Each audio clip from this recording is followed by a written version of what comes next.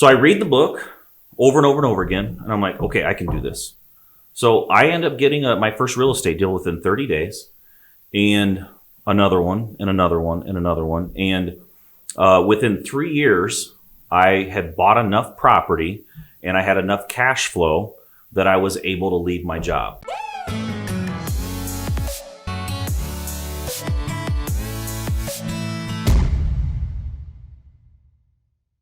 Hey you guys, Keith Riddle here on The Real Deal. I've got a couple guests with me today. I got Josh Size with NWC Investments, and I got Matt Larson here. As you know, on The Real Deal, we talk about anything and everything real estate related. And today we're going to dive really deep with Matt. Matt has flown in town here to Spokane to do an investment seminar for us this evening, as well as a mastermind on Friday. We'll put links below this to make sure that you guys sign up and know when everything's going to happen. Today we're just going to dive really deep. I'm going to give Matt a little bit of an intro, and I'm going to let him talk a little bit about himself. But Matt runs an amazing real estate investment business. Correct me if I'm wrong here, Matt, but I think you currently own over 1,400 properties. Well, we manage over 1,400. My portfolio right now, I have 250, 275. 275. Yeah, I sold about 200 off about a year and a half ago. Nice. So I had about almost 500 at one time. And you're flipping about how many properties a month or a year?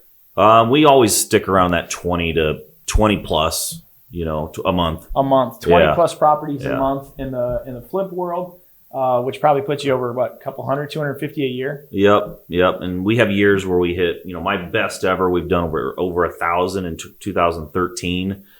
2017 did 334, but the last 2 years a little over 200. Awesome. So, and that also too, when I'm talking about how many properties I own, that's not units, that's properties. Okay. So, we're sitting in that 250 to 275. Some of those are multifamilies. Some of those are commercial buildings. I just did a really big deal with Sherwin-Williams on a warehouse deal. But a lot of single family homes, a lot of duplexes, a lot of threeplexes, fourplexes, stuff like that. Great. Well, hey, let's dive deeper, but give me a little bit of background. Give me a little bit of a start about when you got into real estate, how it all started, and how you got to where you are today. Okay, so I grew up in a small town in Illinois, 3,700 people, and grew up, it's not a rich community by any means. My family, my parents were never wealthy at all, very poor. We even had a period of time where we were on food stamps. My parents never really understood wealth. They didn't understand how to make money. They're not entrepreneurs. So what happened was, as I was growing up, if I asked my dad how money's made, or how, we would drive by a big house, or I would consider a big house. A $200,000 house to me was a mansion when I was younger. Right. And I would ask my dad, how does that person afford that house? And he'd always give me the same answer. He's like, they inherited the money. And he wasn't joking. That's just what he thought, Right. So as I'm going through high school, my parents were never big on grades. They didn't care if I did my homework or not. It wasn't important to them. My dad just wanted me to work hard. He wanted me to work hard. And when I said, hey, how do I make more money? He said, work more hours. If you want to make more money, work overtime. If you want to make a lot of money, work holidays. And then it said, if you want to make more money after that, cash in all your vacation time. Don't take the vacation, cash it in. So this is the way I grew up. Right, kind of the mindset that you grew up with. Yeah. So after high school, I played football in high school, and the town I grew up in was very, very big into football. Loved football. Didn't really want to go to college, but in order to play college football, you have to go to college. So I was in college for one semester, and I hated it. Didn't go to any classes, just went to practice every day. And after that first semester, they called me and just said, hey, you can't come back. Right. My GPA was too low. And so I wish I could say I dropped out, but I really didn't. They made me leave. So I go back home after that. I'm 19 years old, and my dad's like, you got to go get a job. You're not going to just sit around the house. So there was a machine shop in the town I grew up in, kind of the largest employer of the whole area. And I went to work at a machine shop at 19 years old, and didn't really know what I wanted to do. But, this company was a growing company, and I stayed there for a really long time. And I got out of machining at 30 years old. Okay. But let me back up and tell you how I actually got into real estate. So again, my parents had never even bought a house for themselves. Right. My dad was always like, hey, listen, never buy a house, always rent, because if you rent and something breaks, you don't have to pay to fix it. And this is what he taught me growing up. He always said, you'll never own a car. You'll never own it free and clear. You always have a car payment. So make sure you protect your credit. So those are the types of things. So as I was at 26 years old, I'm working in machining. I meet this girl and I start dating this girl, and we dated for 4 years. And when I was 30 years old, she calls me up. We'd been together for 4 years, and she calls me up and she says, hey, I want to break up. She's like, I want to date somebody with status. I want to date somebody that makes money. Wow. And it's tough. I was totally in love, heartbroken, just like wrecked me at the time. And but I got really serious about how in the heck do you make money? Because I never thought about, I'd never read a self-help book. I didn't even know the self-help section existed in a library. I didn't know that. I didn't know that existed. So, but now all of a sudden I'm thinking I got to make money. So I just didn't know how. So I'm up late one night. So this all started to impress a girl. It all started because of a girl. 100%. Yeah. It's kind of a common story. Isn't that crazy? So I'm up late one night, stressed out of my mind, trying to figure out how to make money. I see an infomercial. How to buy real estate without any money. And I'm thinking, I think this might be it. This might be the thing I'm looking for. So I end up buying the book and reading it. And I think part of the reason why I became so successful so fast was because I was naive. It never crossed my mind that it wouldn't work. I had never really read a book. All I knew, and I just didn't know that like you could buy information and it wouldn't work for you. I just didn't know that. I was naive. So I read the book over and over and over again. And I'm like, okay, I can do this. So I end up getting my first real estate deal within 30 days, and another one, and another one, and another one. And within 3 years, I had bought enough property and I had enough cash flow that I was able to leave my job. Literally within 3 days of my 3-year anniversary from starting in real estate. How did you know at that point? How did you know that you could walk away from your job? Was it like a number amount that you had to reach? Yeah. So what I did was I lived very, very cheap. When I got into real estate, the first thing I did, well, I never really was extravagant anyway. When I started real estate, I lived in a $275 a month rent apartment. It's just a studio apartment, 300 square feet. I never had much for expenses. So I lived really cheap at the time. And I had $5,000 a month in cash flow after that 3 years.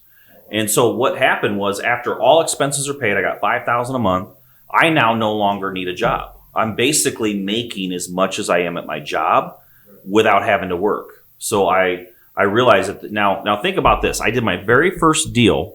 This is kind of a neat story to tie into what's happening in the world right now. This was 2008? Yeah, so I did my first deal November of 2005. And in November of 2005, I set a goal to be out of my job in 3 years. Now, for everybody watching this that doesn't understand, if you've got some younger guys watching that are 28 years old, this story is going to hit them very, very hard. Yeah. Because they don't remember what we went through. And if you're 28 years old right now or less, in 2008, you were 16 years old? Sure. You don't really remember the impact that 08 had. It was devastating. So November of 2005, I do my very first deal. I set a goal. I'm going to be out of my job in 3 years. Now, this is something that I looked at every single day.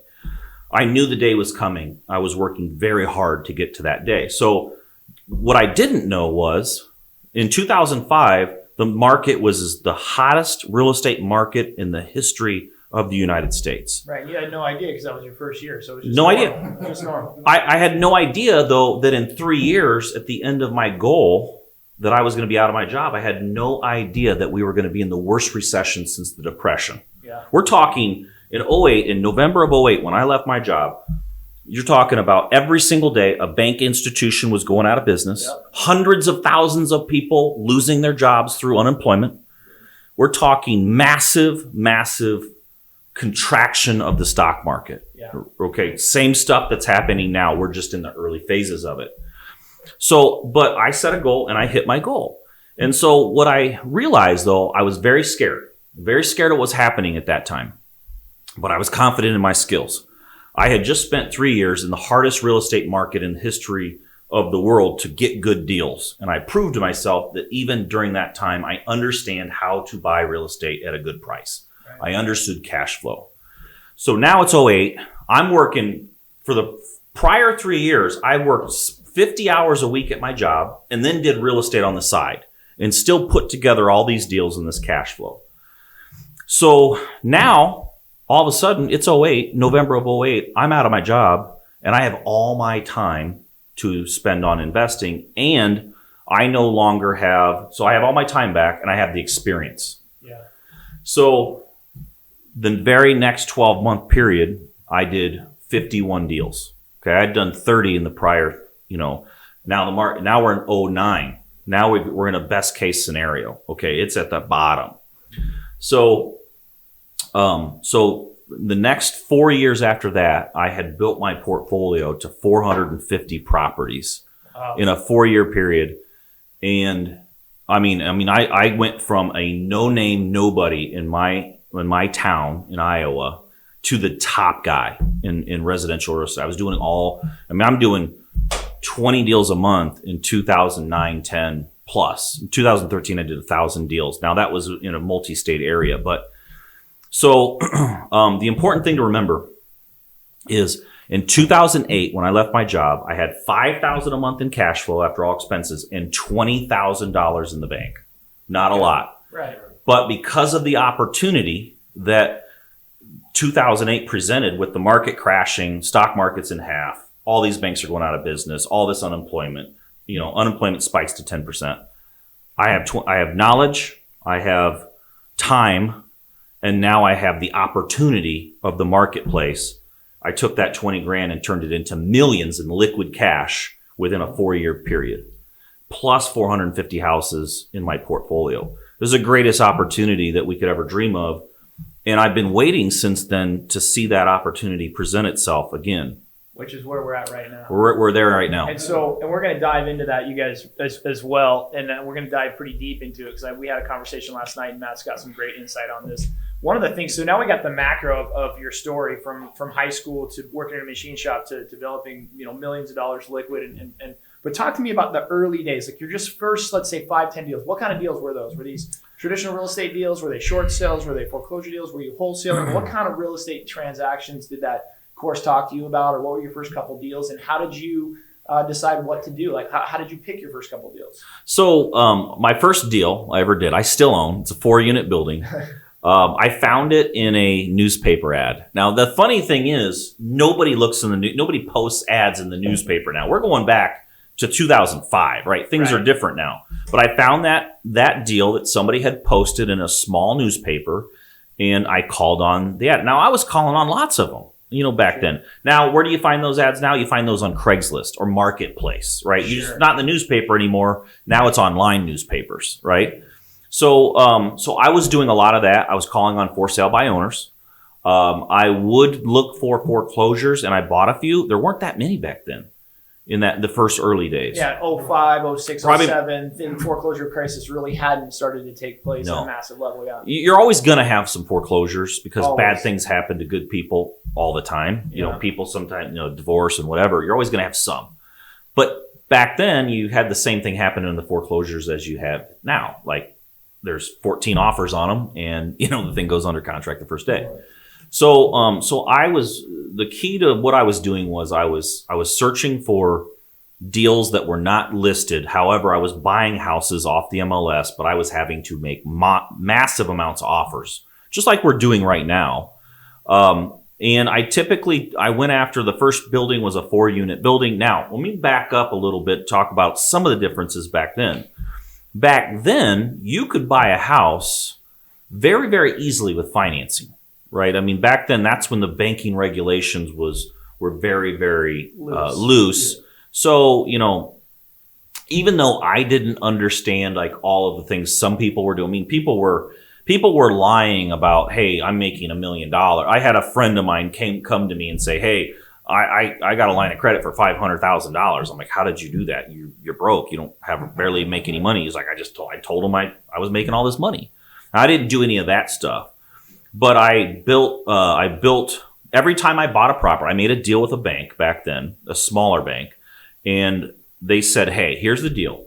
If you buy a property, if you get a property under contract and you send it to us and you want us to finance it, we'll underwrite that deal. And if you buy it at a significant discount over what it's worth, we'll finance the whole thing for you. So that was a few of those deals I did in the beginning as well. I also just got I got a guy that had a little bit of money, and he would come into the deal with me. So you partnered with a money guy? Yeah. He would come into the deal with me. He would put up the down payment. We would finance the other piece. And again, remember back then, cash wasn't king.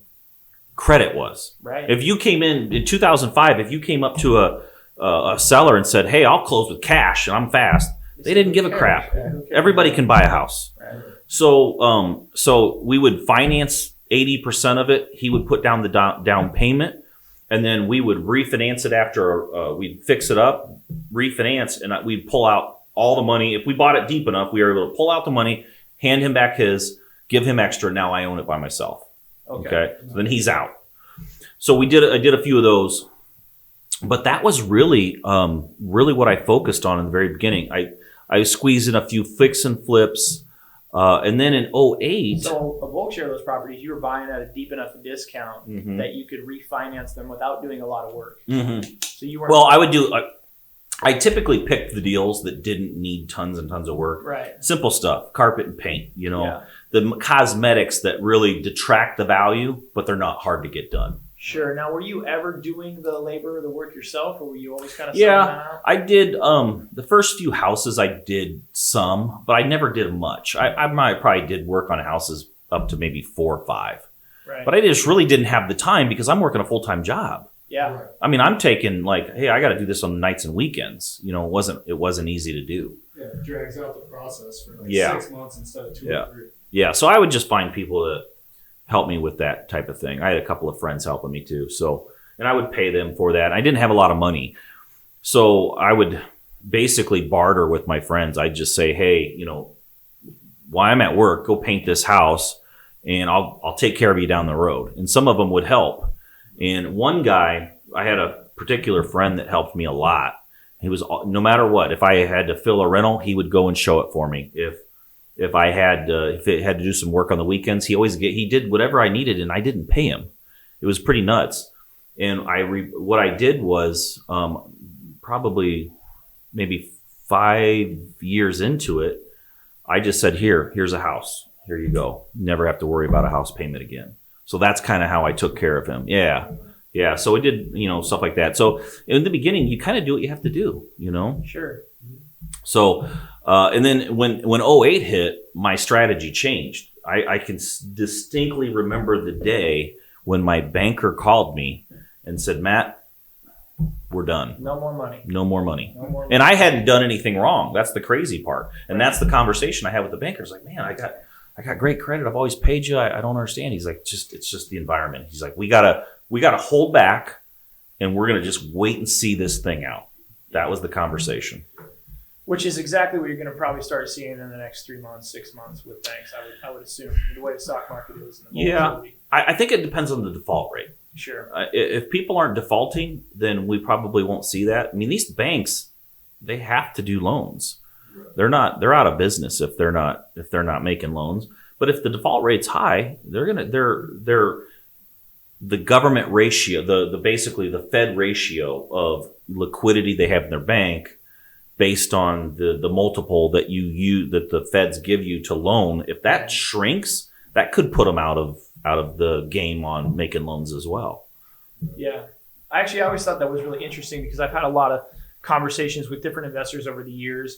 And like any investment conversation, you talk to them about what worked and what didn't work and tips and tricks and how they got where they were. And inevitably, they all have a story, whether it's personal or somebody they know that went from hero to zero, right? That went bankrupt, right? Like built this great portfolio or this great business and went bankrupt. And While the outside in initial gut reaction a lot of times is to say, well, they must have done something really stupid or really foolish, or they over leveraged themselves. And the reality is in that point in time, I met a lot of people where they didn't really do anything wrong. It's like you said, they were doing what they were doing, and then they got in a position where the lenders they were using or the banks they were using all of a sudden quit. They pulled the line of credits. They quit loaning money. Yep. And it's really a circumstance that although they were a part of, they didn't have direct control over. And sometimes I think that fall can be perceived as the outside as something that was really ignorant or really dumb. The reality is it can be situational. I think that's a really moving target in this business, is to make sure that you have good relationships and to be in communication with those people at all times. Yeah, for sure. And, anything can happen.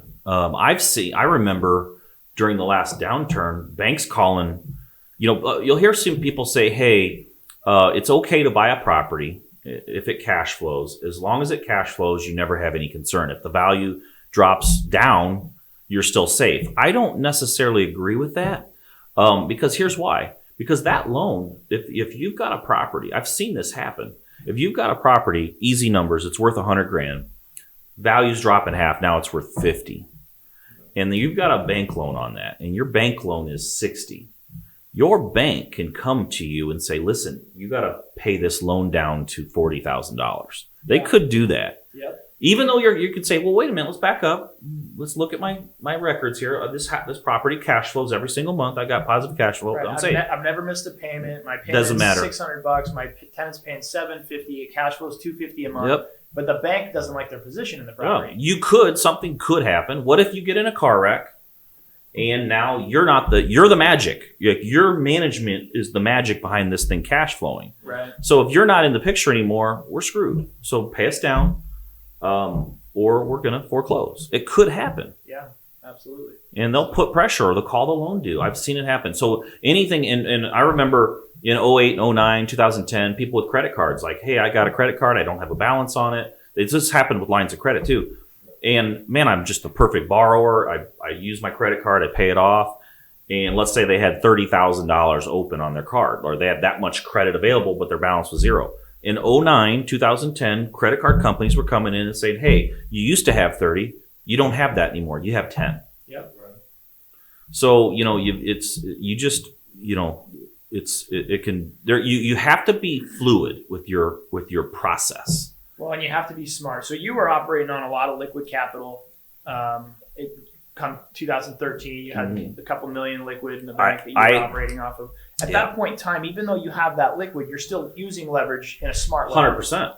So you're not saying, keep your liquid on the side. I'm completely fearful. I'm not going to borrow any money. You're just saying I'm going to be more smart about it. I'm going to make sure that the deals are right from the get-go. I borrowed money on every deal.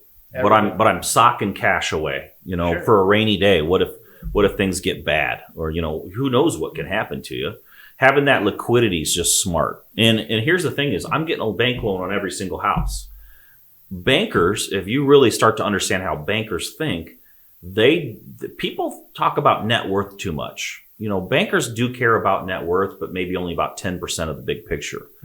Net worth doesn't bail you out of a situation where you can't make the payment. Hey, I have a house, it's worth $100,000. I only owe 30 on it.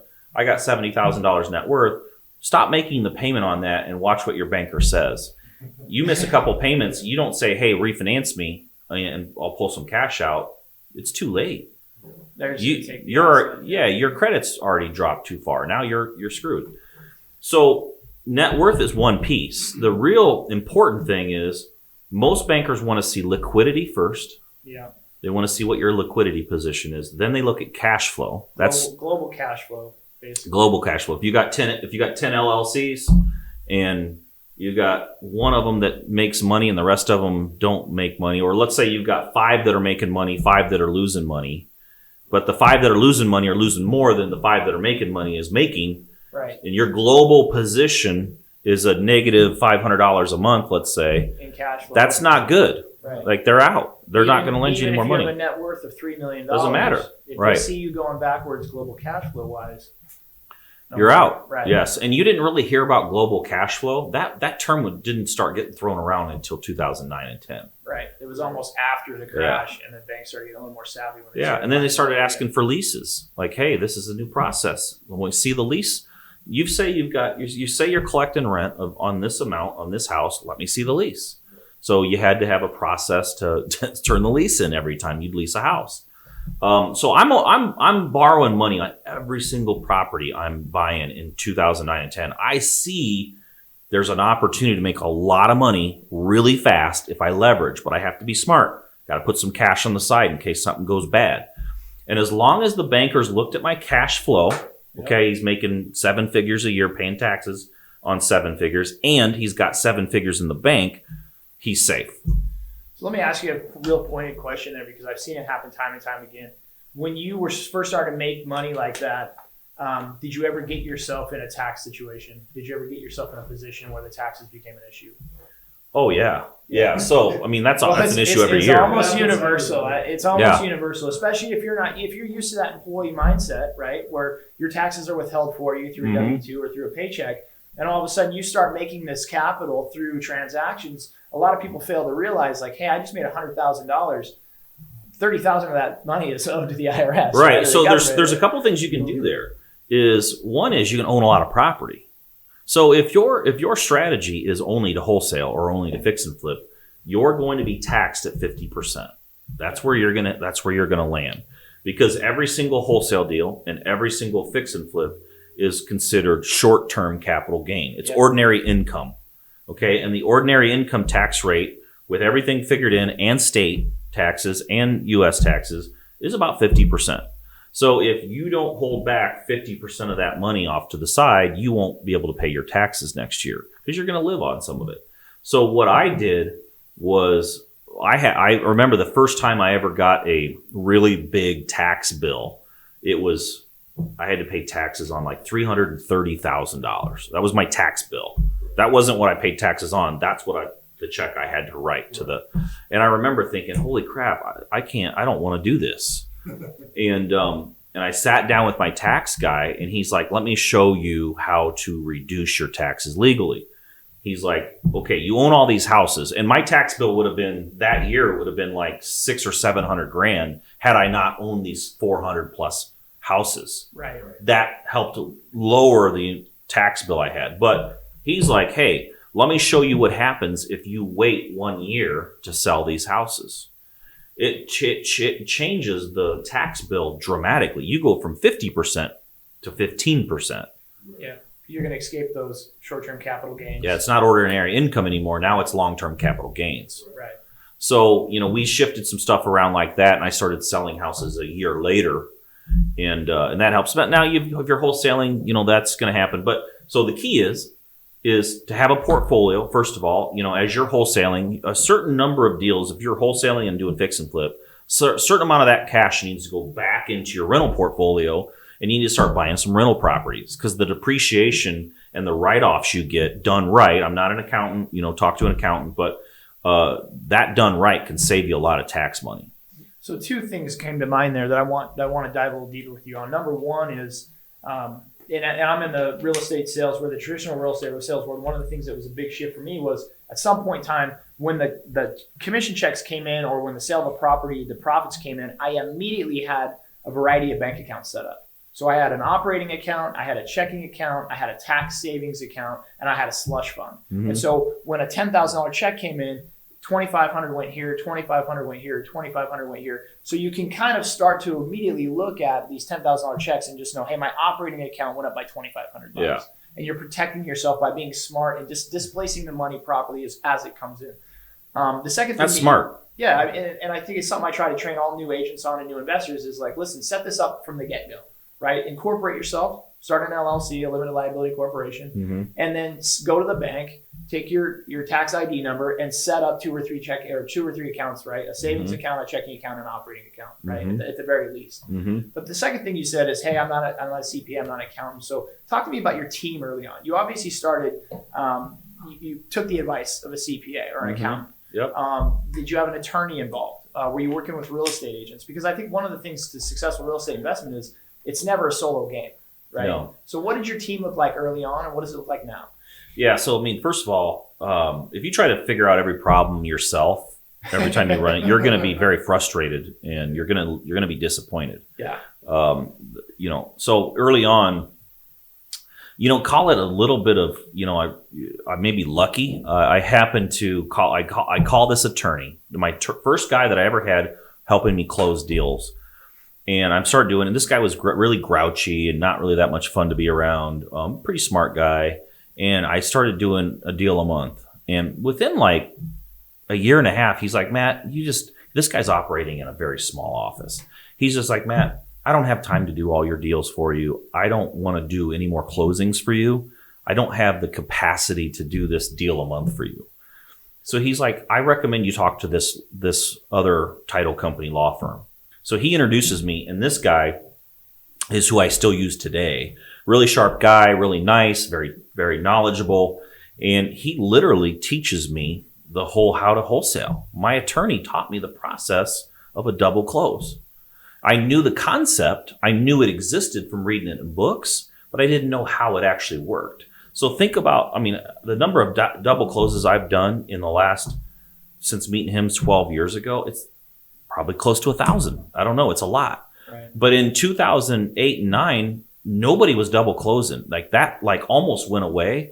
So talk to me about that. Let's educate these guys really quick. What's the power of a double close, and what's the alternative? So initially, you're not double closing. So you're wholesaling off at the time of closing. Yeah, assignment of contract.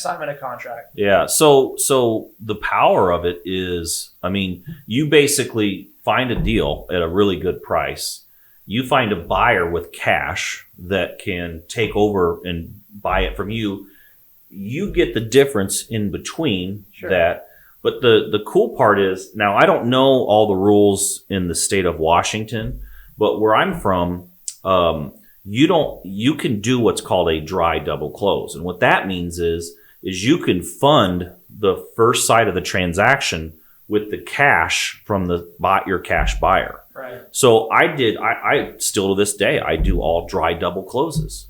Yeah. So now the buyer comes in, let's say that we're going to close on, say we're closing tomorrow on Friday.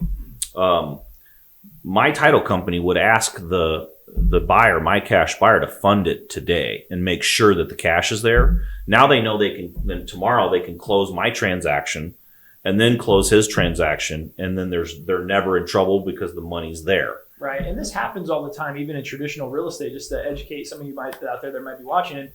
When somebody sells a house that they own and goes to buy another house, and they need the proceeds from their closing to purchase the second house. And there's a lot of these transactions where this happens exactly that way that are not wholesale or right. deals. Correct. It's just a typical. It's a normal thing. It's a normal thing, right? I sell my house. I'm clearing $50,000. I need to put $30,000 down on my new house. They take that 50, they roll it into the next, and I get my 20 difference, and they just do two happens every day.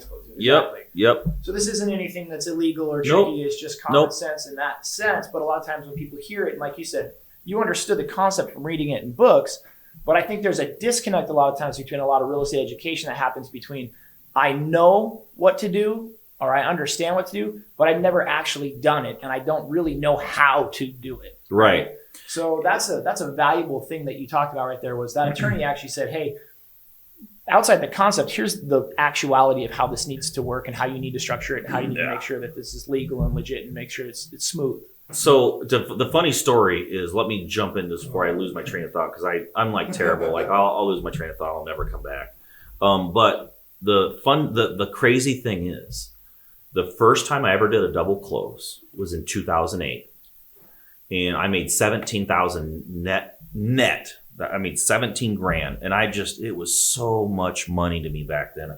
I just couldn't believe it. I'm making all this money. But the crazy thing is, the day I asked my attorney, I was afraid. I had read stuff on the internet that like double closes or wholesaling was illegal. So I'm like scared to death. Or my real estate agent said, you can't do that. That's illegal. So I remember the day I called my attorney, and I was literally scared to ask him the question. Like, the police are going to, just by me asking the question, somebody's going to come out of the woodwork and put me in jail. Some guys. So I asked my attorney that day, I'm like, his name's Frank. I said, Frank, is double closes, is that illegal? He goes, illegal? No, we do them all the time. I'm like, oh, really? I said, well, my real estate agent said it's illegal. He goes, why are you taking legal advice from a real estate agent? So he's like, no, let me show you how this works. And he literally laid it out for me. And then 30 days later, I did a 17,000. I netted 17 grand the first time I ever netted that much money on a wholesale deal.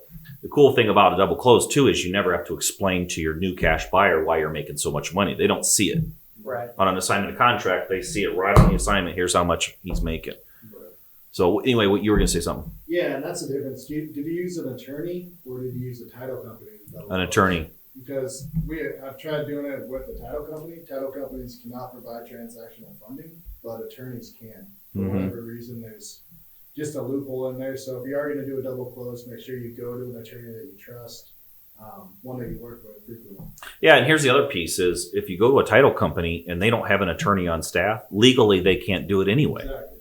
So if you ever, because my problem was I remember reading about double closes and then I'm starting to call title companies and I would talk to a title company and I'd say, hey, could you guys do double closes? Because I didn't know what to do. I'm just brand new. They're like, no, that's illegal. And I'm like, man, this real estate agent's telling me it's illegal. The title company's telling me it's illegal. And I go to my attorney and I'm like, he tells me I can do it. And I'm like, well, why did the title company tell me it's illegal? He goes, Matt, it is illegal for them because they can't do the documents for you. They can't legally put together the documents. Yeah. He said they'd be providing legal advice. Right. The title company can't do that. Right. Yeah, and that's why real estate agents tend to think that double closing is because a lot of them close with the title company and not a lawyer. Yeah, a title company, straight and simple, is the title company cannot practice law. So I want to shift gears really quick because I'm a big mindset guy. But you talked to me about how you grew up, and you talked to me about kind of the mindset that was created for you as a child and growing up about wealth and money and what it meant. At some point in time, you had to kind of break that mold and create your own philosophy, right? Your own life vision of what did you do to do that? I mean, did you? It was very difficult. Yeah, was it books? Was it self-help stuff? Were you reading? Were you going to seminars? I mean, did you do any sort of personal development work? Yeah. Like, talk to me about that. Yeah, so I read a lot of books, first of all. I remember when I discovered that there's a self-help, self-education section in the library or in a bookstore. It was like the Red Sea parted for me. I just remember thinking, I was mad, first of all, because I'm like, why hasn't anybody ever told me about this? That was my first question. Why didn't we learn about it in school? Instead, I learned about, trigonometry. Right. Why didn't nobody ever show me this? And then all of a sudden I'm a sponge. I'm reading as fast as I can. Every new book is a new idea to me. Now, when I read a book, now that I've read hundreds of books, I read a book and I have to take one or two takeaways from it because I've already heard 90% of it. But back then when I was brand new, it was all brand new. It was all fresh. So I read a lot of books, and I also got a lot of books on CD back then. Like now it's, nobody really does CDs anymore. Yeah, podcasts. You're in your car, your Bluetooth hooks up to your music or your audiobooks. And so anytime I was in my car, I never listened to the radio. I just wasn't an option. I was listening to a CD or a book on CD and learning. And what happens is it takes time to get rid of those self-limiting beliefs. Yeah, you have to rewire. You have to completely reprogram. Especially when you in some way, shape, have to kind of admit to yourself and even the people around you that you were wrong. Right? That your beliefs actually weren't what they thought. I think it's Mark Twain that has a great quote that says, it's not what you don't know that gets you in trouble. It's what you think you know for sure that's just not so. Right. Yeah. And I think a lot of us grow up that way. I mean, that resonates with me. I grew up in a wheat and hay farm in Eastern Washington, and my parents were great people, but that wasn't a conversation we had at the dinner table. We didn't have a conversation about interest rates and bank loans, and we didn't have a conversation about You're not supposed to talk about that. It just wasn't something that was conversation. And so I remember the same thing, reading these books and getting this education and having this almost, maybe a lot of things I already think are like this rewiring. What else what else false information am I operating on? Right. Absolutely. I didn't like to, I think the world of my dad. Both of my parents are still alive. I retired my parents on Father's Day, 2012. And I remember what was that like for you? Oh, it was the greatest thing ever. Yeah. My dad always said, I'll work until I'm dead. I'll never retire. He doesn't have any money. His crazy thing is, a few years ago, he tells me, he's like, when I raised you kid, my dad's born in 42, so he's like 77 years old, something like that, 78. I don't know if that's the right math or not, but he's almost 80 years old. And so, I'm over at his house and I'm paying for, which is cool. But he's like, when I raised you kids, I never made more than $20,000 in a year. And I'm like, that cannot be true. You're telling a story. He gets up, goes into his bedroom, pulls out the document when you're a W-2 employee, the document you get that shows how much you've made. You get it once a year. Security. Yeah, you get it. He pulls this out. His highest year ever was $18,000. He raised a family of 5. He's like, I raised you guys we spent $27 a week on groceries. We ate the same food every single day. Yeah. So, it was just a different world. So what is that relationship like now? I mean, it was tough. It was personal, tough but in the beginning because here I am buying houses and he's told me my whole life, don't ever buy a house. It's a bad idea. And so now I'm in real estate and I'm making money. He doesn't know I'm making money or not. I'm just doing something he doesn't think is a good idea. Right. He thinks I'm going to lose everything and I'm going broke. So, but then after a while, he sees I'm growing and I'm buying all these properties, and it was a very short amount of time. I've got a company, So it was neat the day that I call him up. He's always said he's never saved a penny his whole life. He's 100% hoping on his Social Security to come in order for him to retire. And he knew that wasn't enough money to retire on. Therefore, I will work until I'm dead. That's right. What he's always said. So the day I call him up and tell him that, hey, my mom knew I told my mom I was going to make the call, but I didn't talk to my dad. So I called him up and I said, hey, Dad, it's Father's Day. I said, I got, great news for you. I said, you don't have to go back to work tomorrow. This is on like a Sunday. Yeah. And he goes, what do you mean? I said, well, because I'm taking over all your bills and I'm giving you spending money every month on top of that. He's like, phone goes dead quiet. He goes, well, how do I know that you won't miss a payment on something? I said, I'll just put everything on an ACH. And automatically every month when that bill's due, it comes right out of my account. Phone goes dead for a while. He goes, what if the bank doesn't send it, the ACH? I said, that doesn't happen. They always send it. And literally the phone call ended on about that note. Still a note of disbelief. Doesn't know what's happening. So my mom calls me back. Doesn't make sense. And she said, hey, your dad's in shock. He doesn't know what to say. Give him a few days and maybe you guys can talk again. So we talk again in a few days, and literally he's had this is 2012. So this is like 8 years ago. And he's just had the time of his life. Both my parents have, not had to work for a long time. They make way more. I give them way more money than they've ever made in their lives, plus pay all their bills. They don't know what paying a bill is. Just all that stuff comes out of my account every month, no matter what. But the cool thing is I was at my dad's house like 5-6 years ago.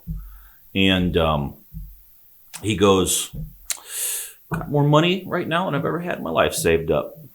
I said, this is probably like maybe 2 years, 3 years after I retired him. And I said, really?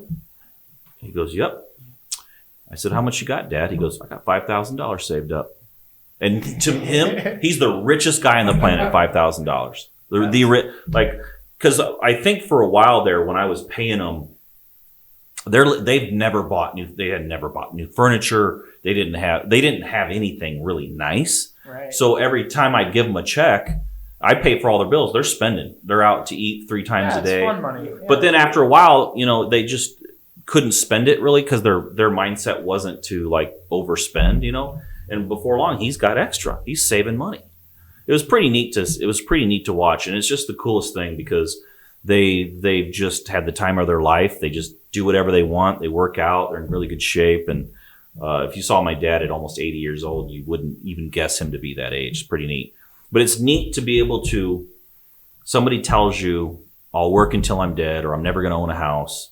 And they have all that stuff now. And it's neat to watch somebody that old who's had that kind of mindset for so long get shown the truth. Right. You know what I mean? It's pretty neat.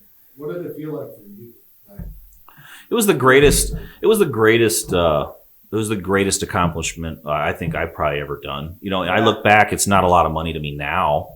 I don't even think about it anymore. Even their check that gets to them. But at the time, I'm sure you got to a point where it was possible, and it was still a big deal. Yeah. Right. Yeah. You know, and you're going to make some sacrifice to do that. I love those stories. Yeah. I mean, it's like, you know, it's pretty neat. Like you get to a point, I went through the phase of, you know, I live in a nice house. I drive nice cars, and, you know, we do whatever we want. We try, you know, it's just like money is not really I don't want this to come off wrong, but money is not really an object. I'm not saying I have unlimited cash. You know, I don't own like a private jet, although we charter jets when we want to fly.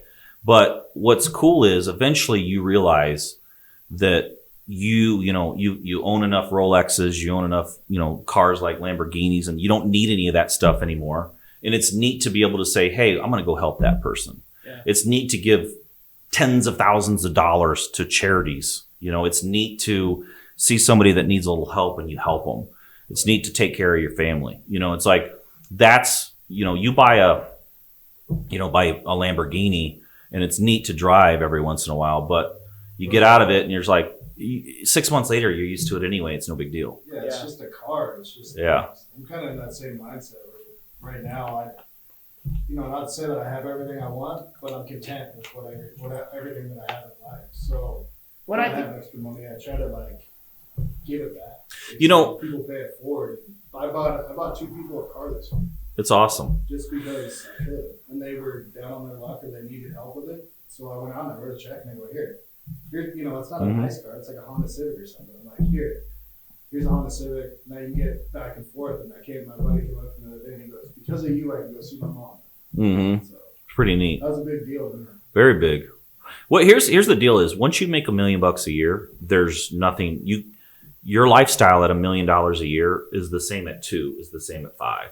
Like there's nothing else you can't, like at $1 million a year, you're doing everything you want. Yeah. So you know what I mean? So it's like, what do you take some of the extra and do something fun with it? The real fun stuff is taking care of other people. Yeah, for sure. You know? I think that's so cool to talk about. It's also, it starts different because you talk to people about real estate investing, or you talk to people about this stuff, and a lot of times it just seems like money hungry driven stuff, right? They just, you just want more money. You're just trying to do more deals. And I think there's a real philosophical shift that happens with people. And I remember when it happened in my life I was about 30-ish when I didn't realize it, but at some point in time, I had enough money, some surplus saved up, and was doing some things. But every decision prior to, I would say, age 30 for me, the money that I had was, it weighed in on the decision. So, okay, Keith, you can go buy a new car, but I could only go buy these kinds of new cars, right? So it wasn't like, hey, what kind of car do you want to drive? It was, what kind of car do you want to drive that you can also afford? Right. What kind of house do you want that you can also afford? When you get to a certain level, you start to realize, even when you have enough money to buy anything in the world, that's what I love to hear stories about, like Warren Buffett eats like McDonald's for lunch or something. And you're like, because his decision now isn't based on, he's not going out to buy this most expensive meal because he's trying to prove something. He's like, he can buy anything he wants, but now it becomes like he's just making a decision based on like, I don't know, like I like a Honda Civic, so I'm gonna go buy a new Honda Civic. I don't need a Ferrari. You don't have to worry about. You get to a point in life, and I think personal development has a big piece in this. The more you're confident you are in yourself, you just don't give a shit what everybody else thinks of you. You know, it's like I don't give a crap if people don't like the car I drive. I don't care.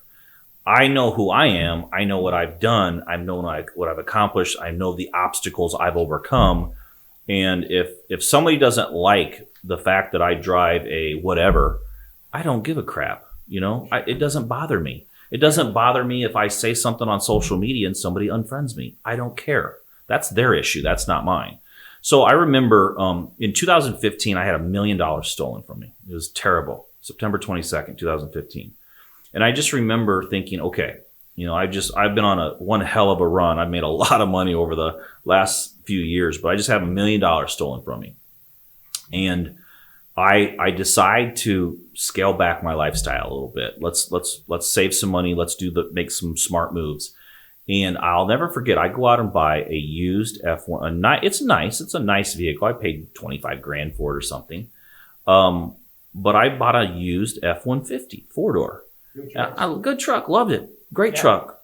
And but I remember one of my friends says, "What are you doing?" I'm like, "What do you mean?" He goes, "You're driving a Ford?"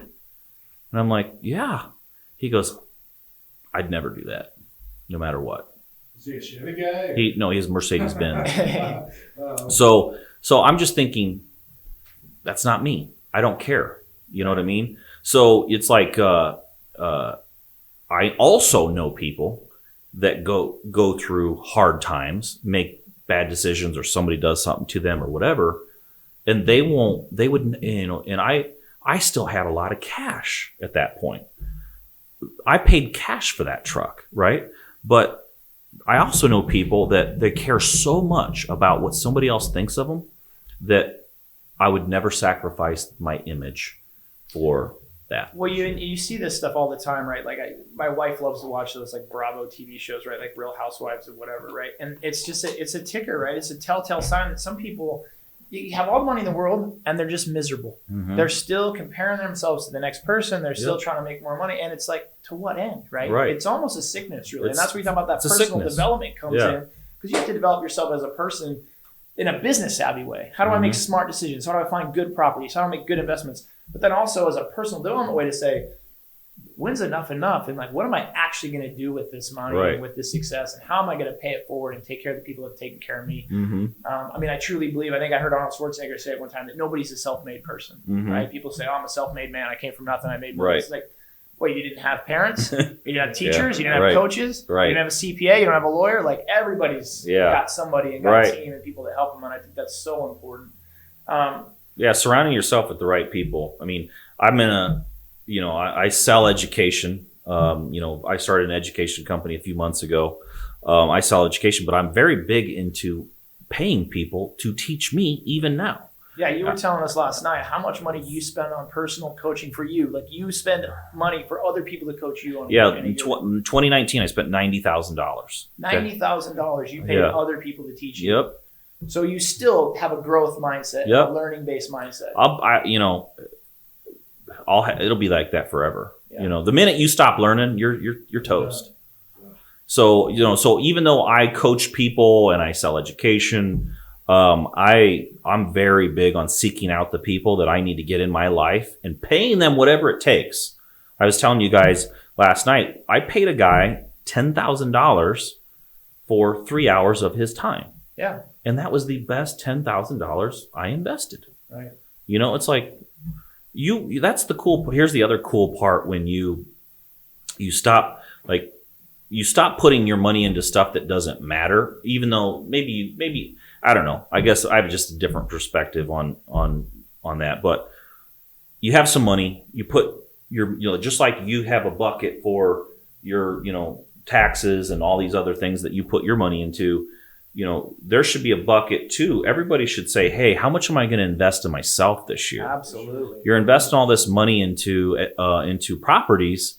How much you invested in yourself? Because Ben Franklin said you can never rob a man. What is it? He who invests his money into his mind can never be robbed. Yeah. So it's like one of those things where you can lose everything, but if you have the knowledge, you can get it all back. Absolutely, and that's those stories I talk about. I've met people that have lost it all, and if it took them 15 years to get there, they'll get back in 3. They'll get back in 5. Yeah, because this doesn't ever go away. No. So I tell my agents all the time, like, listen, there is no top of the mountain. You might be going from A to B, and you feel like B is the top of the mountain, and then you get to B on this journey called life and growth and personal development and investments. Mountain just keeps going. Yeah, right? There's always plateaus, but as if you're a growth-based and a learning-based person, there's just that next peak, right? And then if you're the smartest guy that You're definitely not. You're in the That's a wrong crowd. problem. That's Yeah. a problem. So I want to dive into something else really quick and shift gears, and that is we talked about this a little bit last night, and we talked about where the economy is going right now, what's happening to the stock market with this coronavirus and this and that, what happened in 2008.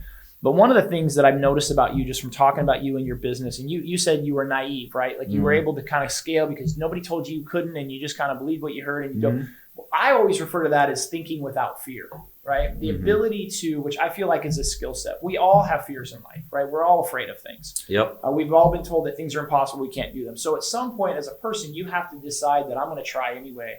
I'm going to forge ahead. And so if it's naive based, maybe you don't know, that's great. But there's also a time where it's a conscious decision, where you have to consciously overcome your fear. So you talked about from the time that you made a decision to invest and you bought your first property within 30 days. I cannot count the amount of people that I've talked to over the last 15 years of my real estate experience that are getting ready to get ready. They're going to this seminar. They bought these CDs or tapes. They're going to meet with this guy and talk about. And it's like 6 months later, they haven't done a deal. 6 years later, I haven't done a deal. A lot of those people. Well, how did you overcome that? I mean, other than just maybe you were naive, but what do you say to people who say, Matt? I heard your story. It sounds amazing. I myself work in a machine shop, or I myself make $35,000 a year. I want to be where you're at. I see the path, but I just am like, I don't want to screw it up. Like, how do you get them into action? What do you say to somebody who's just analysis paralysis? Well, I typically will ask them why. What's wrong? Where's the roadblock? Where's your problem?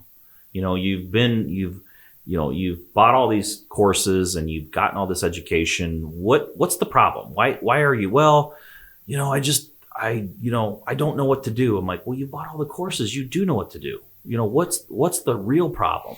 And a lot of times what it is it's somebody that thinks they're basically afraid to fail. That's where it really comes down to. They're afraid to fail and they're afraid they'll lose everything. And I'll ask them, I'm like, well, what do you have to lose? Like, what do you have right now that if it was taken from your life, you wouldn't be able to, and they stop and think for a minute and they're like, really nothing. Like, I owe money on everything that I have. Like, if it goes away, so does the payment. You know what I mean? Right. It's like, so for me, I've always been not afraid to take risk.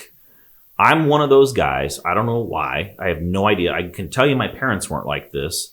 But I will push all the chips in the table on something I believe is an opportunity. And if it goes bad, I just don't worry about it. I know I can recover from anything that happens. So a lot of it's just not being afraid to go backwards. If you change your mindset that you're not afraid to go backwards, knowing that, hey, if I go backwards, I could go backwards, or I could go massively forward.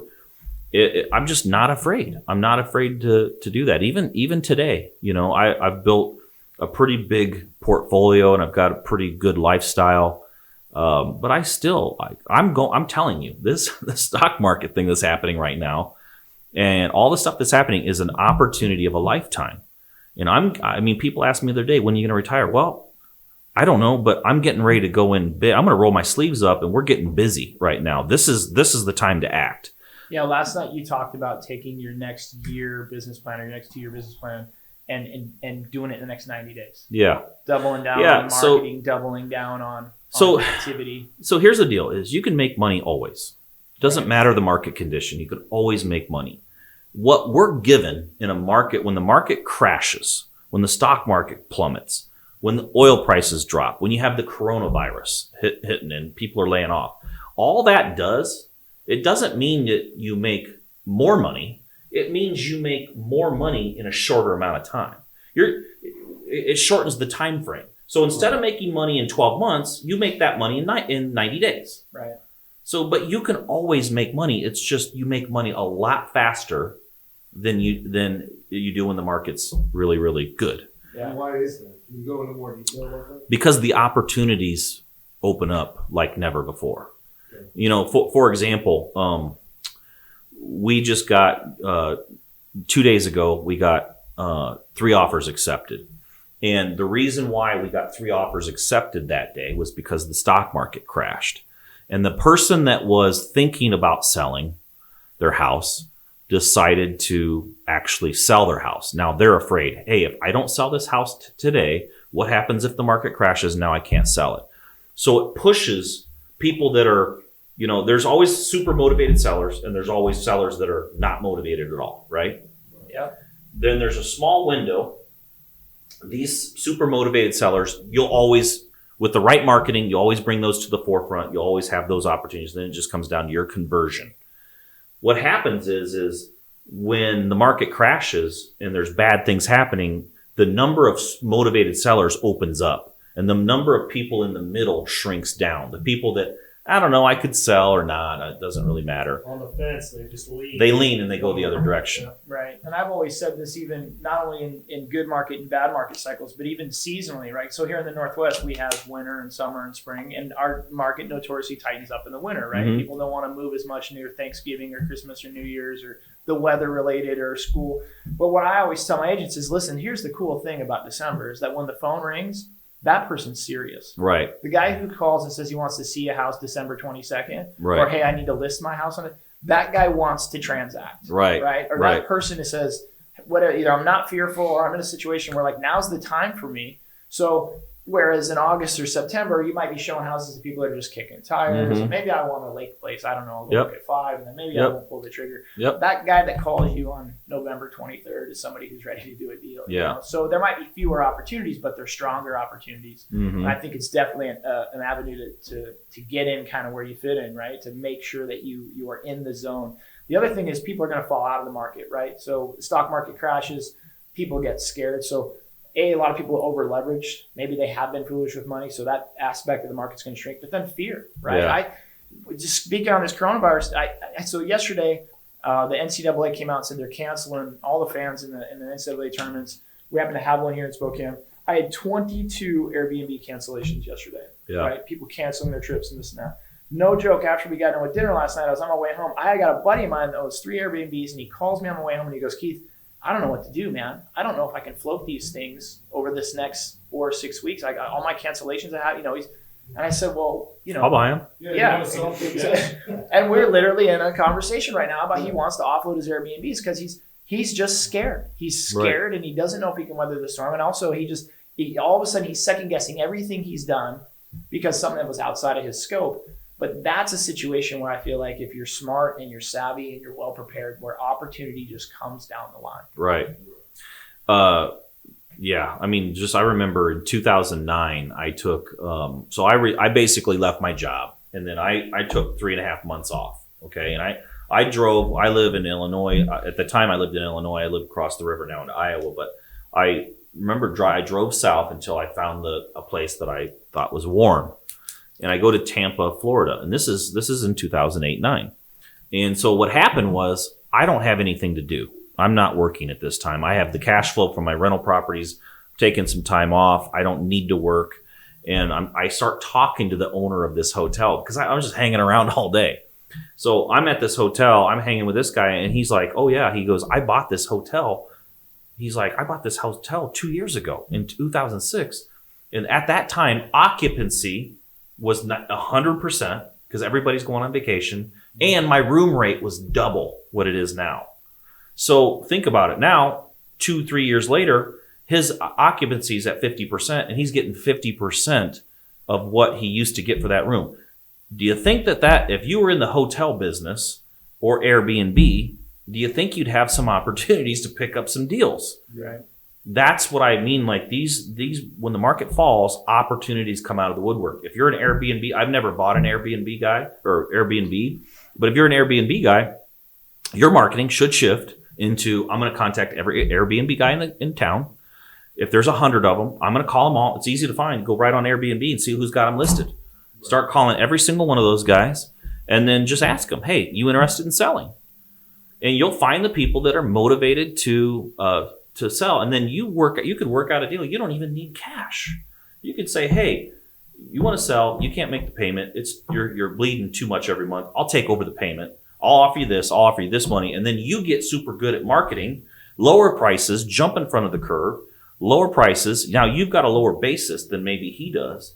And now you're at least break even. And when the market recovers, you make a killing. Right. Those are the deals that are happening. Happen every day. I think that's another thing when you talk to people, they say, Keith, what's a good time to buy? What's a good time to invest? Or what's a good time to sell? And then what I tell people is if you're trying to time the market, it's just like the stock market, right? Mm-hmm. You get in when like the right time is when the right time is for you, Mm-hmm. right? I bought houses in 2006, 2007, rental properties Mm-hmm. that I went upside down on, Yeah. right? But they cash flowed and I weathered that storm. I bought properties in the lowest part of the market. But the reality is the deal when the deal is the deal. Right. Good market, bad market, up market, Yep. down market. So much of that, again, paralysis analysis, people are always trying to find the perfect time, right? Yeah. Oh yeah. And that's another way to cause yourself to be in like do nothing mode. Like Right. there's never the perfect time. Like I don't regret, I made a couple bad purchases in 05, 06, or 06. But you know what? Again, I cash flowed. Some of them went negative in value, but it taught me a lesson. Yeah. Right? You learn very quickly when you lose money. You learn more when you lose money than you do when Right. you make money. So the pain's greater, right? The pain of losing is greater than the feel good of winning, right? Pain versus pleasure. Yeah. People say that people run towards pleasure and they run away from pain, but I think they say that people are like 2 times more likely to run away from pain than they are 100%. towards pleasure. Yeah. I don't remember every deal I made money on, but I can say every deal I lost money on. Yeah, for sure. So, so I think that, there's going to be so much opportunity. I've been through this cycle once, I know what's happening. We're getting ready. I mean, I'm communicating with my acquisitions guy every single day, and I'm kind of coaching him on what to say because people that were not sellers, were not interested 2 months ago, 3 months ago, are now sellers. Your job is to get a hold of them.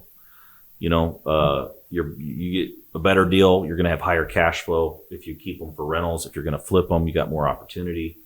It's pretty neat. So talk to me a little bit. I heard another podcast that you were on and you were talking about your superpower. What's your superpower? I think probably one of my superpowers probably taking something that's hard to understand and make it easy to understand. I think that's one thing that I'm good at. I'm also pretty good at building teams. My company flips 20 plus houses a month, and I work. I mean, this is legit. We have Tyler here. He knows. Yeah. He's from my company. But I work less than 5 hours a week in a company that flips 20 houses a month. I mean, that's just no BS. Call my company, ask when I could go into my company right now in my office and there'd be people I don't know. There'd be people that work for me that don't even know that I'm the owner. It happens. I go there and people walk up to me and say, "Hey, can I help you? What are you doing?" I'm like, "Well, I own the place." That's how rare I'm at my office. Right. So that's a special skill to be able to build systems in order to exit from a company that still operates without you and sometimes better without you. I feel that's a skill.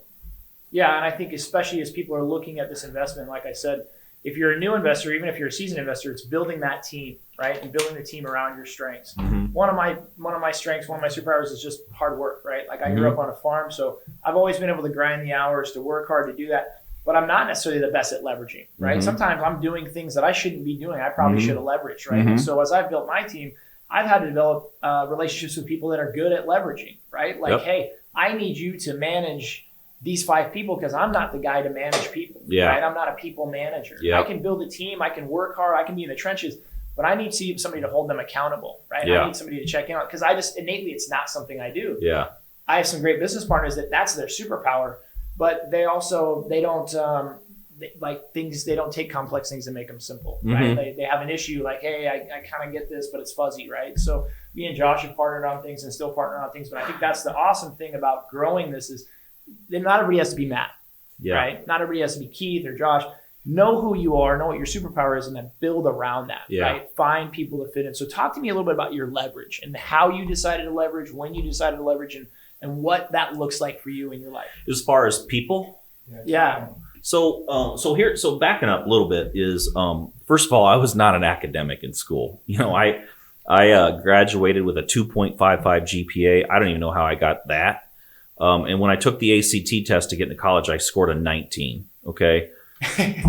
That's barely enough to get, like, you basically got your name right and a couple other, and you get into college with it. I mean, you have to only very select colleges will let you in with a 19, right? So, so I think because I'm not like a very deep intellectual, I don't do well on tests and all that. It's just naturally I find the easy way to get something done. So I used something that some people would say is a weakness and turned it into a strength. So because of that, I just find people that are really smart. So if I don't understand something, I don't try to figure it out. I try to find somebody that can figure it out for me and give me the answer. So, my company is just basically a collective group of really smart people that are better than me at a lot of things. And all I'm doing is I have an end goal. My end goal is not to work every day in my company and make all the decisions. So how do I do that? Well, in order to do that, I have to find the people that will make the right decisions. And so that's really what, how it all kind of started. You can go to anybody in my company and they know how to do more than me in specific things that we do. Sure. Because they do them every day. And I don't necessarily do that stuff every single day anymore. So hyper-focused, specialized people. Mm-hmm. And I know you've talked about it before in other podcasts, but you pay extremely well. Mm-hmm. So that's another thing that I think is don't try to find the cheapest labor you can find. Pay well, get smart people, eliminate complexity. We're very big on if somebody works in our company and they add complexity to a situation or to an everyday system, we eliminate them because we just do not have time to add complexity. I look for people that remove complexity. If I take a really complicated thing that we do and it's just like, man, we just never get it right, and I input the right person, the complexity goes away, I give that person a raise because now they just took complexity out of my life. So I pay people based on not how smart they are. I don't care where they've had their degree. I don't care what their GPA was. I don't give a crap about any of that. It's like, can you remove complexity out of my life? If so, you have a job. Wow. Makes sense. Because as entrepreneurs, think about it. All we do is problem solve. It's just one problem to the next. Yeah, that's all it is. Juggling problems. Yeah. Putting out a fire here, putting out a fire there. That's it. Trying to make it all work. So the quicker you can solve problems and the bigger the problems you solve, the more money you make. But if you get into business thinking it's going to be like, hey, this is just this is what we do, and you don't realize that it's problems, you're solving problems all day, you will not make it. Like that's it. Like you show up every day to solve problems. Light bulb just went off in you. I think you just used your superpower a little bit. Yeah. Right. That makes sense. Yeah, that's what I should be doing. So if I in my company, if I have somebody working in any position, doesn't matter what position it is, and they add complexity, we give them one or two chances to remove the complexity, and if they can't remove the complexity, we move on.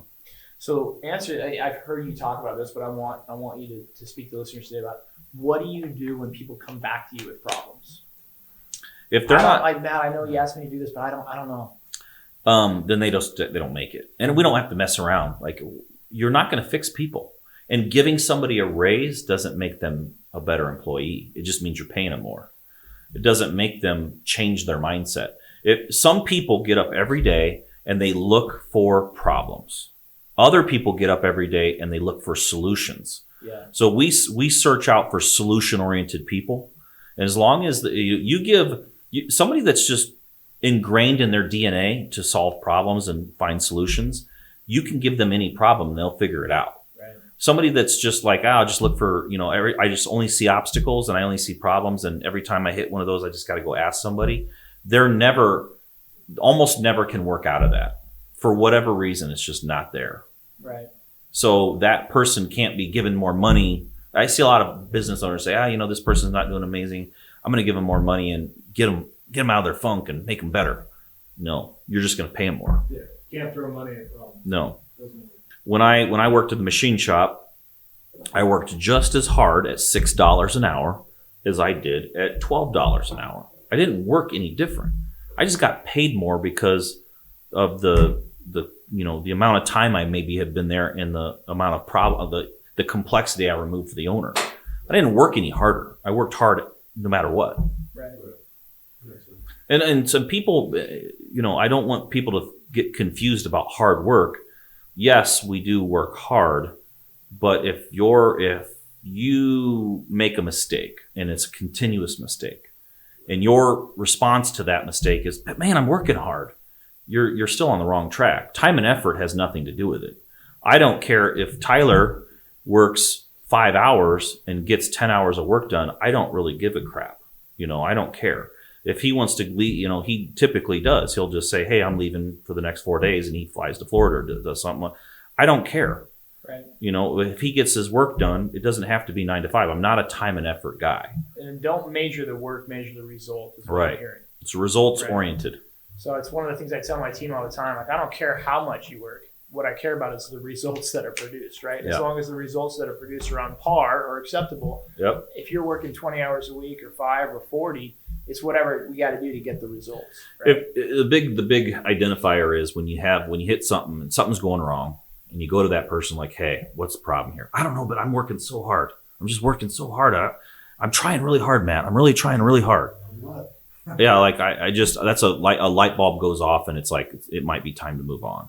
Right.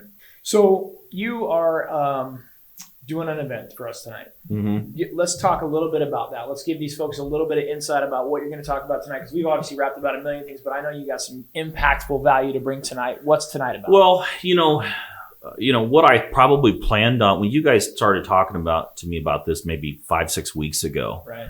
And what I probably planned on talking about is different than where I'm going to go with it tonight. I'm really big on virtual assistants. Like I have 7 or 8 full-time virtual assistants that run my company.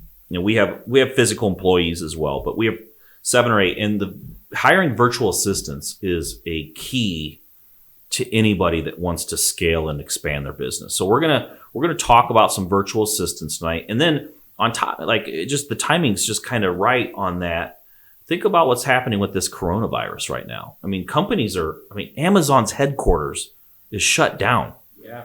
There's nobody there, right? They think about it. So some of these big companies, I don't know how bad this thing's going to get. I don't really know. I don't know. I'm not going to guess. But it's cool that I have my employees virtually scattered all over the place. They can sit at home. They can work from home. So think about if you build your company around that. So I'm going to talk about virtual assistants. We'll get some training on how to find them, what they can do for you. And it hits home perfectly with this coronavirus deal that we're dealing with. And then we're going to talk about some of the opportunities that this whole stock market plunging and the coronavirus, we're going to talk about the opportunities this is creating.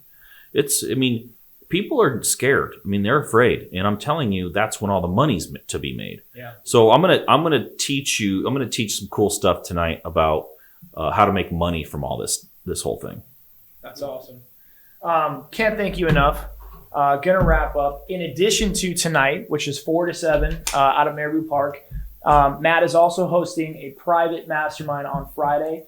I think we have about 10 tickets that are available for that. We'll put the links below to that. But if you would like a day in a room with this gentleman to pick his brain, ask him your own questions about your own business, we have slots for that Friday. That will be after tonight's event. Tonight's event is absolutely free.